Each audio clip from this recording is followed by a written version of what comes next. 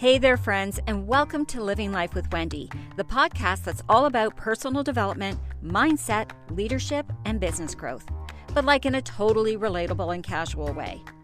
I'm Wendy, your host and personal development guru. Well, at least that's what my friends call me.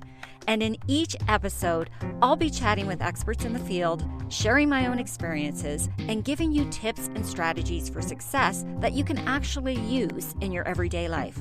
So whether you're looking to improve yourself, climb the corporate ladder, start your own business, or get out of your own way, we've got you covered. So grab a seat, put your feet up, and let's chat about how to live your best life together.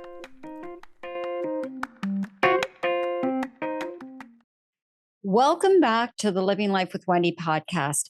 I'm your host, Wendy Easton Bowman, and today we're diving into a topic that's deceptively simple yet incredibly powerful, the art of saying no.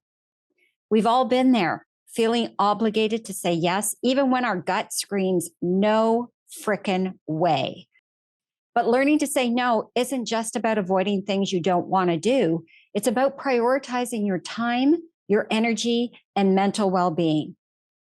Let's start by acknowledging that saying yes is often the default for many of us. We're conditioned from a young age to be helpful, agreeable, and to avoid disappointing others. This can be especially true for people pleasers or those who crave external validation. We might say yes to extra work at the office to prove our worth, volunteer for every committee at our kids' school to feel like a good parent, or agree to social engagements even when we're exhausted because we don't want to let our friends down. However, this constant yes mentality can quickly lead to burnout and resentment. When we spread ourselves too thin, the quality of our work and personal life suffers. We become resentful of the people who make these demands on our time, and ultimately, we end up feeling disconnected from ourselves and what truly matters. I want you to think about a time you said yes when you really should have said no. What were the consequences?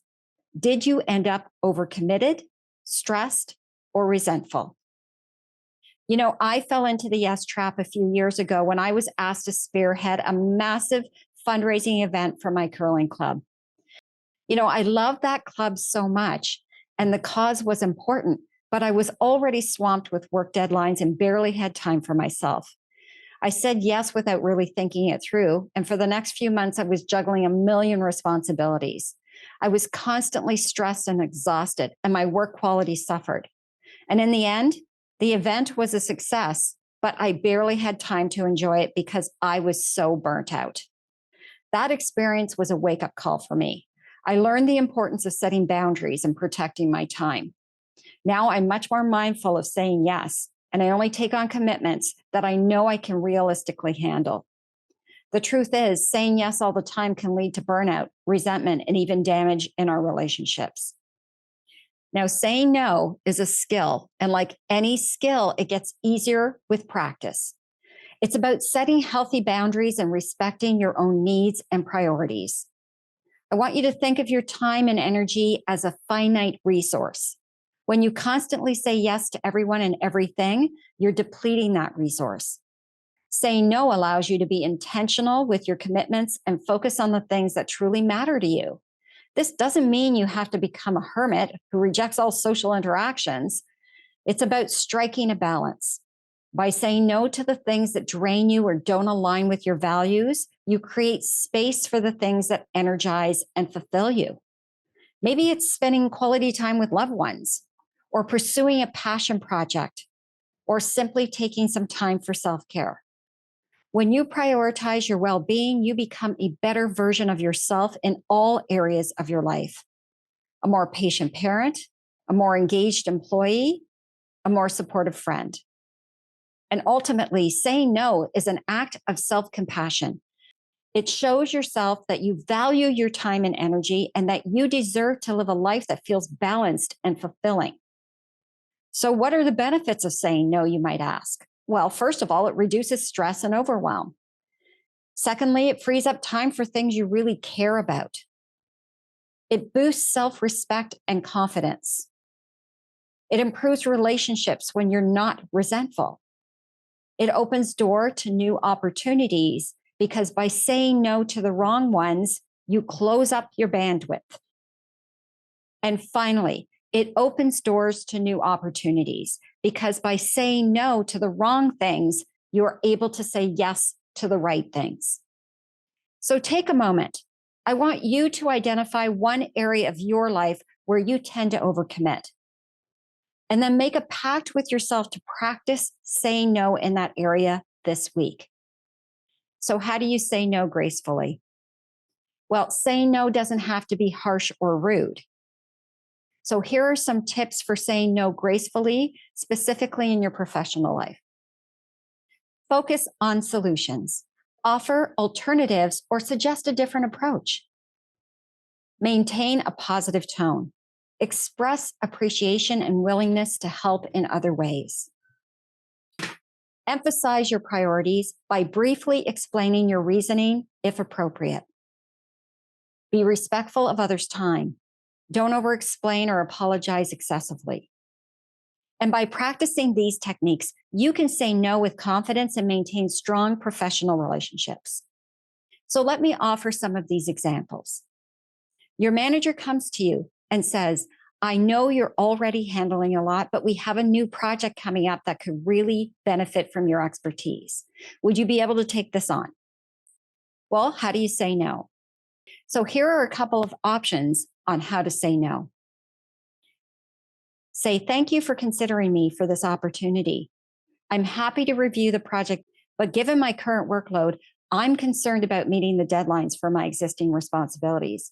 Could we discuss prioritizing tasks or potentially bringing on additional resources to ensure everything is completed successfully and on time? Here's another option. While I'm excited about the potential of this new project, I want to ensure I can dedicate the appropriate time and attention to my current assignments. I'd be happy to contribute in a supporting role or provide guidance as needed, but taking the lead might not be feasible at this time. Let's look at scenario 2, networking event invitation that comes to you from a colleague. Hey, there's a networking event next week for professionals in our industry. I think it would be a great opportunity for you to make some connections. Would you like to join me? So how do you say no? Let's look at option 1. Thanks for the invitation. However, I have a conflicting commitment that evening and won't be able to attend. I hope you have a productive time and make some valuable connections. Here's option 2. While I value the opportunity to network, I'm prioritizing attending industry conferences and workshops for professional development. I'm happy to connect with you afterward to hear any insights or contacts you gained at the event. All right, scenario 3, a mentor request from a junior colleague. I'm really impressed with your career trajectory and would love to learn from you. Would you be willing to be my mentor? Here's option 1 on how to say no. Thank you for your kind words, and I'm honored by your request. However, my current schedule doesn't allow me to dedicate the time and attention that a mentorship relationship deserves. I'd be happy to recommend other colleagues or resources that might be helpful for your professional development. How to say no, option 2. While I'm flattered by your request right now, I'm not the best fit for a formal mentorship role at this time. However, I'm always open to having informal conversations and sharing my experiences if you have specific questions or challenges you would like to discuss. Scenario 4, the unwanted meeting invitation from a coworker. I'd like to schedule a meeting with you to discuss our recent project. Are you free on Monday at 4 p.m.? Well, how do you say no? Here's option 1. Thank you for reaching out. Could you please send me an email outlining the specific topics you'd like to cover in the meeting? I'd be happy to review them and determine if a formal meeting is the best way to address them. We might even be able to resolve the issue through a quick email exchange or phone call. Here's option 2. While I'm happy to discuss this upcoming project, my schedule is quite packed at this time. Could we potentially address this during our next team meeting or find a more efficient way to communicate? I'm always open to suggestions. And finally, the overtime request from a coworker. Hey, I know you're swamped, but we're really short-staffed tonight. Could you possibly stay an extra hour or 2 to help out? And here's your suggested response. Hey, I appreciate you asking, and I wish I could help out, but I actually have a prior commitment tonight that I can't get out of. I'm happy to try to help out another time, though. So, to wrap it all up, here's some important things to remember when you need to say no and create those boundaries for yourself. Be honest and direct. Don't beat around the bush. Say no clearly and confidently. Express appreciation. Thank the person for the offer or request. Offer a brief explanation if it feels right. You don't owe anyone a detailed explanation, but a brief reason can help soften the blow. Offer an alternative if you can. This shows that you're willing to help out, but on your own terms. And don't apologize excessively. A simple "I'm sorry, but" is sufficient. So let me know if you have any tips on saying no, because this is a critical part of your productivity and your overall well-being. And remember, no is a complete sentence. Until next time, peace and stay safe, everyone.